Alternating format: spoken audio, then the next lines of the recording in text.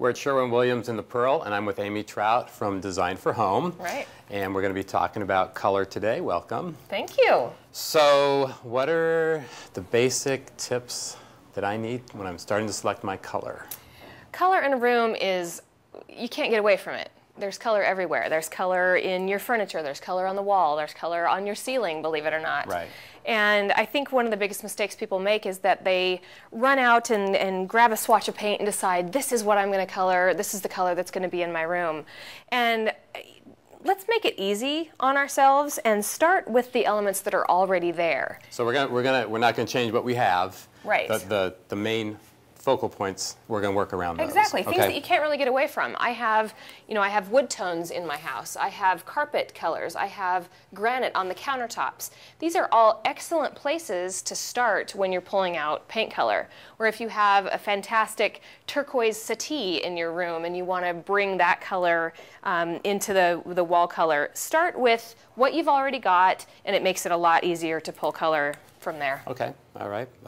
So, what's the process then? Okay, so say I'm going to put together a room for a client and we know that we want these nice neutral tones and inevitably we're going to end up with some beiges and some browns in the color scheme. You know, beige kind of gets a bad rap. It's as though everybody sort of gives up and goes beige. Because there's so many different colors, yes. Honestly. So if you have, carpet that you're considering and the carpet's not going anywhere and you bring in a beige that makes it look pink or you bring in a beige that totally goes green, you know that if you come to the paint store and you pull a lot of the beiges out, or if you have a designer come into your home and they have the full spectrum of beige, right, you're going to get the right one. What about lighting? Because I know that different light, if you don't look under the right light, it's not going to look right. Absolutely. One of the worst things you can do is decide your paint color at 5 o'clock in the afternoon in December. Okay. There isn't natural light. You know, if you can do it in the morning, if you can grab the paint color, look at it in the morning, in the evening, in artificial light, and I'll walk into a home and they'll turn on every light in the house, and that's not how they live in the room. Right. So it's like, you know what, make it like it normally is, okay, and let's look at the color in that atmosphere. Okay. What about other ways to bring color into a room? So I have a client who's living in a rented space, and it's not really worth it to put paint on the walls. That's right, something you can take with you. Exactly.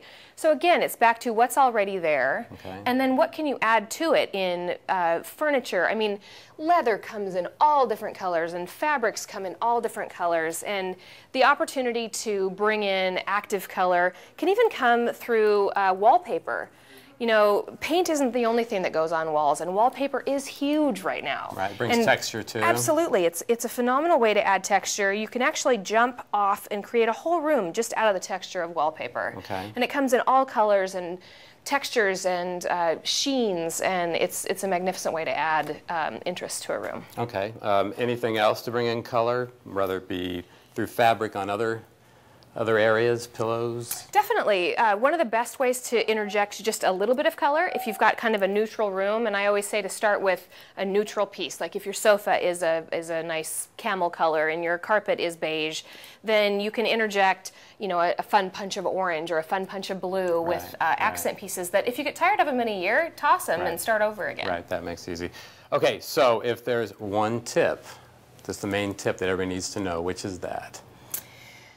Don't decide your paint color first and go home and paint a little square on the wall and use that to judge whether you think the paint color is right or not. Factor in all the things that are already there and that aren't going to change, and keep these with you. I mean, Sherwin-Williams is fantastic about creating a palette, and if you decide, okay, I want dapper tan to be my wall color and I need to go out and find a nice neutral carpet, I can take this with me and look at carpet tones and decide, yes, that's going to work perfectly for an area rug. That's great. That's great. Well, thank you for all the information. I'm definitely very challenged when it comes to color, so if you're like me and you need help, you can come see Amy. Absolutely. And we'll have a link on fusionnw.com.